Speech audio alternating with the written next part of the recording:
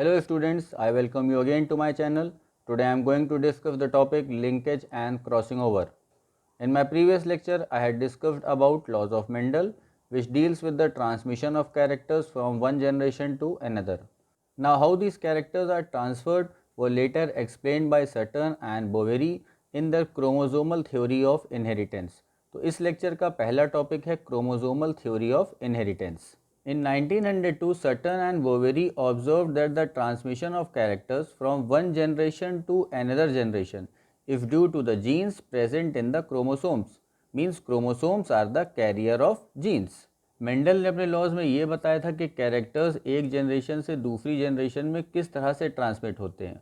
1902 में Sutton and Boveri ने ये चीज़ बताई थी कि जो कैरेक्टर्स होते हैं वो कहाँ पर प्रेजेंट होते हैं। उन्होंने बताया था कि कैरेक्टर्स जो होते हैं वो क्रोमोसोम के अंदर जीन्स में प्रेजेंट होते हैं और यही क्रोमोसोम होते हैं जो कि एक जनरेशन से दूसरी जनरेशन में कैरेक्टर्स को लेके जाते हैं और इन्हीं के अंदर जीन्स प्रेजेंट होते हैं। तो इसलिए उन्होंने कहा था कि क्रोमोसोम जो होते हैं वो जीन्स के कैरियर होते हैं, जीन्स को एक जनरेशन से दूसरी जनरेशन में लेकर जाते हैं और इन्हीं जीन्स में characters are present. Based on their observation, they came forward with the chromosomal theory of inheritance, which is as follows. Number 1, during meiosis, that is formation of gametes, the homologous chromosome pairs migrate independently and form haploid gamete. meiosis जब होती है, gamete का जिस वक्त formation होता है, तो जिस सेल में meiosis होती है जिससे गैमीट बनने हैं वो तो डिप्लॉइड होता है। और डिप्लॉइड का मतलब आप यहाँ एग्जांपल देखिए, डिप्लॉइड का मतलब हुआ इसमें 46 क्रोमोसोम्स होंगे। ठीक है, तो अगर 46 क्रोमोसोम्स होंगे तो इसको हम कह सकते हैं 23 होमोलॉगस क्रोमोसोम्स इसके अंदर होंगे। तो मियोसिस में जब गैमीट बन रहे होते हैं तो ये जो 23 होमोलॉगस क्रोमोसोम वाला डिप्लॉइड सेल है, इसमें क्या होगा कि दो हैप्लॉइड सेल्स बन जाएंगे, 23 क्रोमोसोम और 23 क्रोमोसोम वाले। ये तो आपने मियोसिस में क्लास 11 में पढ़ा हुआ है कि डिप्लॉइड सेल जो है वो हैप्लॉइड सेल में कन्वर्ट हो जाता है, यानी मियोसिस में क्रोमोसोम नंबर रिड्यूस हो जाता है। तो वही यहाँ पे लिखा है कि होमोलॉगस पेयर जो है वो सेग्रीगेट हो जाते हैं इंडिपेंडेंटली, 23 एक तरफ चले जाते हैं, 23 दूसरी तरफ चले जाते हैं। Second point, gametes are the only connecting link between one generation to the other, so all the hereditary characters are carried through them. एक जनरेशन से दूसरी जनरेशन में अगर कोई कनेक्टिंग लिंक है बीच में तो वो गैमीट्स हैं। अगर एक इंडिविजुअल अगली जनरेशन का बन रहा है तो वो किस चीज़ से बन रहा है, गैमीट से बन रहा है जो कि उसके पीछे वाली जनरेशन ने बनाए हैं। तो गैमीट से कनेक्टिंग लिंक हो गए। तो अगर जो कमिंग जनरेशन है उसमें जो भी कैरेक्टर्स हैं वो कहाँ से आए हैं, गैमीट से ही आए हैं। तो जितने भी हेरिडिटरी कैरेक्टर्स होते हैं वो गैमीट से ही पास ऑन होते हैं। Now the third point, the hereditary factors are present in the chromosome. और ये जो हेरिडिटरी फैक्टर्स हैं जो कि गैमीट्स में प्रेजेंट होते हैं, ये गैमीट्स के अंदर जो 23 क्रोमोसोम्स हैं उनमें प्रेजेंट होते हैं। And the last point, the gametes having haploid set of chromosomes fuse to form a diploid zygote. ये गैमीट्स जिनमें कि 23 क्रोमोसोम्स होते हैं यानी haploid set of chromosomes present होते हैं, यही गैमीट्स मेल साइड से और फीमेल साइड से फ्यूज़ करते हैं, यानी कि मेल और फीमेल गैमीट फ्यूज़ करेंगे और एक फिर से डिप्लॉइड जाइगोट हैविंग 46 क्रोमोसोम्स बना लेंगे। Now the next heading is linkage.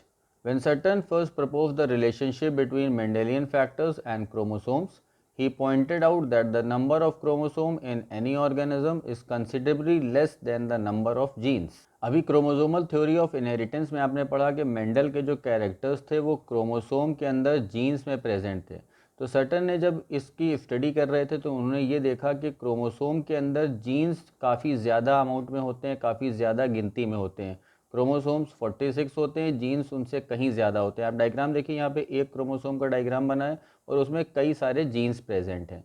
तो he therefore suggested that some genes, specifically those on the same chromosome, would be expected to link together in a group and be transmitted together as a single unit.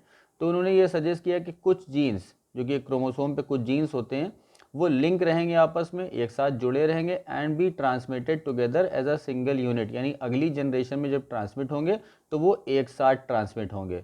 This type of coexistence of two और more genes in the same chromosome is known as linkage. तो ये जो coexistence है दो या दो से ज़्यादा जीन्स का, कि एक साथ रहते हैं एक क्रोमोसोम में और एक साथ ही एक जनरेशन से दूसरी जनरेशन में ट्रांसमिट होते हैं, तो इसको हम कहते हैं लिंकेज। अब इस लिंकेज को और डिटेल में समझते हैं। When genes are so closely associated that they are always transmitted together upon coming from the same parent, linkage between them is considered as complete linkage. Now have a look at the diagram of this homologous chromosome. इसमें आपको एक chromosome में कई सारे jeans दिखाई पड़ रहे हैं, A, B, C, D, E, F। तो ये जो A से लेकर F तक जीन्स हैं, या नीचे अगर आप देखिए जहाँ पे क्रॉसिंग ओवर हो रही है GHIJKL, तो जिस क्रोमैटिड में क्रॉसिंग ओवर हो रही है GHIJKL, तो इसमें आप देखिए G और L ये काफ़ी दूर दूर हैं। एक ही क्रोमोसोम के जीन्स हैं G और L, लेकिन ये काफ़ी दूर दूर हैं, तो इनमें सेपरेट होने के चांसेस ज़्यादा हैं। ठीक है, जब क्रॉसिंग ओवर कहाँ से हो रही है, चायज़मा कहाँ बन रहा है, चायज़मा बन रहा है आई के पास। तो जहाँ पर चायज़मा बन रहा है वहाँ से अगर आप देखिए G और L काफ़ी दूर हैं। एक G जो है वो सेंट्रोमियर के पास है, L जो है वो क्रोमोसोम के क्रोमैटिड के एंड पर है, तो जीन्स काफ़ी दूर दूर हैं। तो जो जीन्स दूर होते हैं उनके सेपरेट होने के चांसेस ज़्यादा होते हैं, जबकि अगर आप देखिए GH काफ़ी पास है, KL ये भी पास पास हैं, तो इनके सेपरेट होने के चांसेस कम हैं। G और H कब सेपरेट होगा, G और H तब सेपरेट होगा जब चायज़मा GH के बीच से जाए। जैसे आप डायग्राम में देखिए यहाँ पर I और J सेपरेट हो रहा है, क्योंकि चायज़मा I और J के बीच से पास हो रहा है। तो ठीक उसी तरह से जैसे हम देखें K और L का एग्जांपल लें, जो ग्रीन क्रोमैटिड है उसमें K और L देखिए आप, दोनों पास पास जीन्स हैं। तो अगर इनको अलग होना है तो चायज़मा या क्रॉसिंग ओवर जो होनी है वो कहाँ से होनी चाहिए, K और L के बीच से। तो इससे बहुत सीधा सा आप समझिए कि अगर जीन्स पास पास हैं तो उनके सेपरेट होने के चांसेस कम होते हैं, और अगर जीन्स दूर दूर हैं तो उनके सेपरेट होने के चांसेस ज़्यादा हैं। जैसे यहाँ पे G और H सेपरेट नहीं हो रहा है, लेकिन G और L सेपरेट हो जाएगा क्योंकि वो दूर दूर हैं। तो चायज़मा बन रहा है बीच से, तो G और L अलग अलग हो जाएंगे। यही चीज़ यहाँ पर थ्योरी में लिखी हुई है कि अगर जीन्स क्लोजली एसोसिएटेड हैं तो वो एक साथ ट्रांसमिट होंगे, और इसको कहा जाता है complete linkage. Now, complete linkage between genes on the same chromosome, however, is very rare in most sexually reproducing species due to meiosis and crossing over. अब ये complete linkage जो है ये बहुत रेयर होता है सेक्सुअली रिप्रोड्यूसिंग स्पीशीज़ में, sexually reproducing organism में, क्योंकि उनमें मियोसिस और क्रॉसिंग ओवर होती है। तो अगर मियोसिस होगी तो फिर क्रॉसिंग ओवर भी होगी, तो इसलिए लिंकेज कंप्लीट होने के चांसेस कम होते हैं। क्रॉसिंग ओवर होगी तो ये जीन्स कहीं ना कहीं से टूट के एक नया कॉम्बिनेशन बनाएंगे। Now since the chromosome exchange segments that is crossing over during meiotic prophase, the linked genes have chances of separation by crossing over and are called incompletely linked genes and the phenomena is called as incomplete linkage. तो crossing over की वजह से जो jeans हैं ये separate हो जाते हैं, अलग अलग हो जाते हैं, तो इसको हम बोलते हैं इनकम्प्लीट लिंकेज, क्योंकि ये साथ साथ तो हमेशा रहे नहीं। जैसे ही क्रॉसिंग ओवर होगी तो कुछ नया कॉम्बिनेशन बना लेंगे, जो ग्रीन वाला सेगमेंट है वो टूट के ब्लू वाले सेगमेंट में चला जाएगा, ब्लू वाला सेगमेंट टूट के ग्रीन वाले सेगमेंट में आ जाएगा। तो जीन्स हमेशा साथ साथ नहीं रहे, तो जीन्स जब साथ साथ नहीं रहे तो इसको हम कंप्लीट लिंकेज नहीं इनकम्प्लीट लिंकेज बोलेंगे, जो कि जनरली सेक्सुअली रिप्रोड्यूसिंग ऑर्गेनिज्म में देखा जाता है। When the genes are closely located, they show a strong linkage than the widely located genes which show weak linkage. यही मैंने अभी आपको डायग्राम में समझाया कि जितने पास जीन्स होंगे उतना ही स्ट्रॉन्ग उनमें लिंकेज होगा, उतनी ही मुश्किल से वो अलग अलग होंगे। जबकि जो दूर दूर जीन्स हैं, डायग्राम में मैंने आपको बताया था कि जो दूर दूर जीन्स हैं उनके सेपरेट होने के चांसेस ज़्यादा होते हैं, तो उनमें लिंकेज या बॉन्डिंग जो आप कहें वो वीक होती है। In case of somatic cells, mitosis takes place, that is no crossing over. Therefore, linkage is complete and no new combination is formed. अच्छा देखिए, somatic cells जो होते हैं उनमें माइटोसिस होती है। अब माइटोसिस होगी तो क्रॉसिंग ओवर एब्सेंट होगी, तो इसलिए लिंकेज हमेशा कंप्लीट होता है और कोई नया कॉम्बिनेशन नहीं बनता है। So recombination occurs in case of incomplete linkage only. तो जो रिकॉम्बिनेशन होता है, रिकॉम्बिनेशन का मतलब नया कॉम्बिनेशन बनना, ये कहाँ पर होगा, जब क्रॉसिंग ओवर होगी, और क्रॉसिंग ओवर होगी मतलब कि इनकम्प्लीट लिंकेज। तो रिकॉम्बिनेशन जो है वो लिंकेज कंप्लीट अगर है तो नहीं होगा, और लिंकेज इनकम्प्लीट है तभी रिकॉम्बिनेशन होगा। रिकॉम्बिनेशन का मतलब है, फिर से बता दूं, नया कॉम्बिनेशन बनना। नया कॉम्बिनेशन तभी बनेगा जब पुराना लिंकेज टूटेगा और नया कॉम्बिनेशन फिर से फॉर्म होगा, यानी इनकम्प्लीट लिंकेज में ही रिकॉम्बिनेशन बनता है। Next heading is crossing over. It is evident that linkage is a physical relationship between genes that could be modified by crossing over during meiosis between gene pairs on homologous chromosomes. अभी मैंने आपको बताया कि linkage जो है वो एक physical relationship है बिटवीन जीन्स, यानी कि जीन्स जो एक साथ रहते हैं एक क्रोमोसोम के अंदर, उसको हम लिंकेज बोलते हैं। और ये लिंकेज कैसे मॉडिफाई हो सकता है? जब क्रॉसिंग ओवर होगी मियोसिस के दौरान और रिकॉम्बिनेंट बनेंगे, यानी कि रिकॉम्बिनेशन होगा, नया कॉम्बिनेशन बनेगा। और ये एक्सचेंज किसके बीच हो रहा है? होमोलॉगस क्रोमोसोम्स के बीच में जो क्रोमैटिड्स हैं। सो क्रॉसिंग ओवर में be defined as a process that produces new combination of genes by interchanging of corresponding segments between non sister chromatids of homologous chromosomes. ये है क्रॉसिंग ओवर की definition, जिसमें लिखा हुआ है कि नया कॉम्बिनेशन जीन्स का बनता है किस वजह से? By interchanging of corresponding segment, जो इंटरचेंज होता है। अब किसका इंटरचेंज हो रहा है? Between non sister chromatids of homologous chromosome. अब डायग्राम देखिए, नॉन सिफ्टर क्रोमैटिड का मतलब क्या है? दो आपके सामने होमोलॉगस क्रोमोसोम जो बने, दो डिफरेंट कलर से बने, एक ग्रीन है एक ब्लू है। तो ग्रीन और के जो दो क्रोमैटिड्स हैं वो कहलाते हैं सिफ्टर क्रोमैटिड्स, ब्लू के जो आपस में दो क्रोमैटिड्स हैं वो कहलाते हैं सिफ्टर क्रोमैटिड्स। लेकिन यहाँ पर जो क्रॉसिंग ओवर हो रही है वो किसके बीच हो रही है? ग्रीन और ब्लू के बीच में। तो क्रॉसिंग ओवर हमेशा नॉन सिफ्टर क्रोमैटिड्स के बीच में होती है, यानी दो अलग अलग क्रोमोसोम्स के जो क्रोमैटिड्स हैं वो आपस में नॉन सिफ्टर क्रोमैटिड्स कहलाते हैं और उन्हीं के बीच में क्रॉसिंग ओवर होती है। क्रोमोसोम के जो अपने खुद के क्रोमैटिड्स हैं, यानी कि सिस्टर क्रोमैटिड्स, उनके बीच में क्रॉसिंग ओवर नहीं होती है। ठीक है, तो ये टर्म ध्यान रखिएगा कि क्रॉसिंग ओवर जो है वो नॉन सिफ्टर क्रोमैटिड्स के बीच में होती है। The term crossing over was coined bye Morgan. ये टर्म क्रॉसिंग ओवर मॉर्गन ने दिया था। इस पॉइंट को याद रखिएगा, मॉर्गन नाम याद रखिएगा। ये क्वेश्चन नीट में अक्सर पूछा जाता है कि क्रॉसिंग ओवर टर्म किसने दिया था। The process of crossing over occurs during prophase of meiosis 1. The two homologous chromosomes form pairs, that is synapses, during zygote stage and the resultant pairs are called bivalents. Crossing over कहाँ होती है? meiosis 1 के prophase 1 में जो दो homologous chromosomes होते हैं उनमें पेयरिंग होती है, जिसको कि हम कहते हैं साइनैप्सिस। ये आपने क्लास 11 में पढ़ा होगा। और ये साइनैप्सिस किस स्टेज में होती है? प्रोफेज के जाइगोटीन स्टेज। ये टर्म सारे याद रखिएगा कि साइनैप्सिस कहाँ पर होती है? जाइगोटीन स्टेज में होती है। And the resultant pair are called as bivalent. Synapsis के बाद ये जो रिजल्टेंट पेयर है इसको कहते हैं बाईवैलेंट। अच्छा, एक बात यहाँ पर ध्यान रखिएगा, बाईवैलेंट में जो क्रोमोसोम होते हैं उनमें एक क्रोमोसोम में दो क्रोमैटिड्स होती हैं। ठीक है, दो ही क्रोमैटिड्स होती हैं, चार नहीं होती हैं। जो डायग्राम में जनरली आप देखते हैं कि एक क्रोमोसोम में चार क्रोमैटिड्स होती हैं, तो अभी तक यहाँ पर दो ही हैं। तो एक क्रोमोसोम जिसमें कि दो क्रोमैटिड हैं उसको हम कहते हैं bivalent.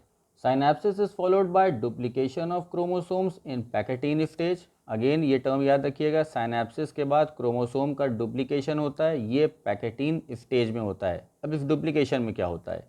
Each homologous chromosome splits longitudinally forming two identical sister chromatids which remain held together by the centromere. इस डुप्लीकेशन में जो होमोलॉगस क्रोमोसोम होते हैं उनके क्रोमैटिड लॉन्गिट्यूडनल स्प्लिट कर जाते हैं। तो इस तरह से एक क्रोमैटिड के दो क्रोमैटिड हो जाते हैं। सेंट्रोमियर के एक साइड में जो क्रोमैटिड है वो दो हो जाएगा, सेंट्रोमियर के दूसरी साइड जो क्रोमैटिड है वो भी दो हो जाएगा। ठीक है, तो अब एक क्रोमोसोम में यहाँ पर चार क्रोमैटिड हो जाएंगे। क्लियर? तो at the end of duplication each bivalent now contain 4 chromatids called as tetrads. तो अब इसको हम कहेंगे टेट्राइड, जिसमें कि एक क्रोमोसोम में चार क्रोमैटिड्स होती हैं, दो सेंट्रोमियर के एक तरफ और दो सेंट्रोमियर के दूसरी तरफ। Now crossing over occurs after the tetrad formation. और अब क्रॉसिंग ओवर होगी, टेट्राइड फॉर्मेशन के बाद क्रॉसिंग ओवर स्टार्ट होगी। इस पूरी थ्योरेटिकल पार्ट को आप डायग्राम से समझिए। डायग्राम की शुरुआत में आप देखिए, दो क्रोमोसोम्स हैं, उसके बाद इनकी पेयरिंग हो रही है जिसको कि साइनैप्सिस कहा जा रहा है, और यहाँ पर इनको कहते हैं बाईवैलेंट। साइनैप्सिस के बाद फिर इनमें डुप्लीकेशन होगा और टेट्राइड फॉर्मेशन होगा। ठीक है, चार क्रोमैटिड्स बन जाएंगी और इसके बाद अब क्रॉसिंग ओवर होगा, जो कि अभी मैंने थ्योरी में बताया कि टेट्राइड फॉर्मेशन के बाद ही क्रॉसिंग ओवर होता है। During the process of crossing over two non sister chromatids first break at corresponding points due to endonuclease, exchange segments and ultimately fuse due to ligase। Crossing over में जो दो non sister chromatids हैं वो टूटेंगे due to the action of endonuclease. ये enzyme का नाम याद रखिएगा, ये नीट में पूछी जाती है, किस एंजाइम की वजह से क्रोमैटिड्स टूटते हैं। एंडोन्यूक्लियस। टूटने के बाद फिर इनके सेगमेंट्स एक्सचेंज होंगे और फिर अल्टीमेटली ये फ्यूज़ कर जाएंगे। जो एक्सचेंज सेगमेंट्स हैं जो टूट के दूसरे क्रोमोसोम में जाएंगे वहाँ पर जाके ये फ्यूज़ कर जाएंगे due to the action of ligase. तो ये एंडोन्यूक्लियस और लाइगेज ये दोनों ही एंजाइम याद रखिएगा कि क्रोमैटिड टूटते किस एंजाइम की वजह से हैं और फिर जब जाके जुड़ते हैं एक नया कॉम्बिनेशन बनाते हैं तो वो किस एंजाइम की वजह से बनाते हैं। The point of crossing over is called as chiasma. Diagram में आप देख सकते हैं जिस पॉइंट पर क्रॉसिंग ओवर एक्चुअली हो रहा है उसको कहते हैं चाइज्मा। Chiasma formation depends upon the length of the chromosome. Longer the length of chromosome, the greater the number of chiasma and hence more crossing over. ये जो chiasma formation है ये क्रोमोसोम की लेंथ के ऊपर डिपेंड करता है। जितना ज़्यादा लंबा क्रोमोसोम होगा उतना ही ज़्यादा चाइज्मा बनेंगे और उतनी ही ज़्यादा क्रॉसिंग ओवर होगी। अगर छोटा क्रोमोसोम होगा तो छोटे क्रोमैटिड होंगे और क्रॉसिंग ओवर यानी कि चाइज्मा फॉर्मेशन कम होगा। ठीक है। Generally speaking, the number of chiasma is directly proportional to the length of chromosome. This is termed as chiasma frequency. यही चीज़ अभी मैंने आपको बताई कि जितनी लेंथ होगी क्रोमोसोम की उतने ही ज़्यादा चाइज्मा बनेंगे। इसी को हम कहते हैं चाइज्मा फ्रीक्वेंसी। तो क्रोमोसोम की लेंथ अगर ज़्यादा है तो चाइज्मा भी ज़्यादा बनेंगे और चाइज्मा फ्रीक्वेंसी भी ज़्यादा होगी। तो all of these are directly proportional to each other. Now the types of crossing over. On the basis of number of chiasma formed in a chromosome pair and number of chromatids involved, crossing over is of following types. देखिए जो types है crossing over का दो चीज़ों पर depend है। पहला चाइज्मा कितने बन रहे हैं और दूसरा कितने क्रोमैटिड्स इन्वॉल्व हैं। ठीक है।